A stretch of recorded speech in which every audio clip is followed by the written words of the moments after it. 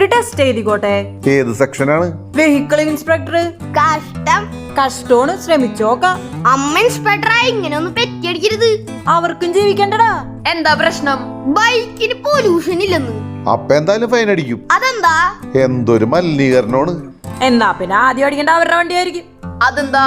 ആ വണ്ടികളിൽ നിന്ന് വന്നെ പോകാണ്ട. സ്കൂൾ ആനിവേഴ്സറിക്ക് സ്മോക്ക് ഇടുന്ന പോലെയാണ്. എന്തായാലും ഈ വണ്ടിക്ക് പെറ്റിയെടുക്കാമോ? തെറ്റുണ്ടെങ്കിൽ അടിക്കണം. ഒരുമാതിരി വെഹിക്കിളിന്റെ സ്വഭാവം കാണിക്കില്ലേട്ടാ. അല്ല, ബാറ്ററി വണ്ടിക്ക് സൈലൻസർ ഉണ്ടാ? സ്കൂട്ടർ അല്ലേ, സൈലൻസർ ഉണ്ടാവും.